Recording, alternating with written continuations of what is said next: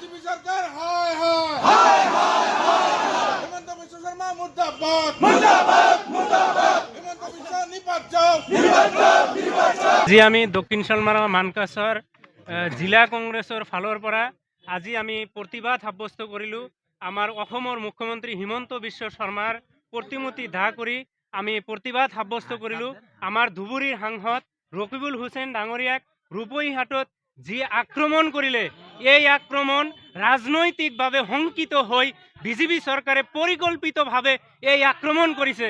কাৰণ ৰকিবুল হুছেইন ডাঙৰীয়াই বিগত নিৰ্বাচনত 10 লাখ ভোটত জয়যুক্ত হৈ গোটেই বিশ্বৰ ভিতৰত তেখেতে ৰেকৰ্ড গঢ়িলে আৰু বিজেপিয়ে ভয় খালে যে আগন্তুক যি 26 চনৰ নিৰ্বাচন, এই নিৰ্বাচনত কংগ্ৰেছৰ চৰকাৰ আহি আছে, তাতে ভয় খাই আমাৰ কংগ্ৰেছী সাংসদ ৰকিবুল হুছেইন ডাঙৰীয়াক বিজেপিয়ে পৰিকল্পিতভাৱে আজি ৰূপহীহাটত আক্ৰমণ কৰিছে।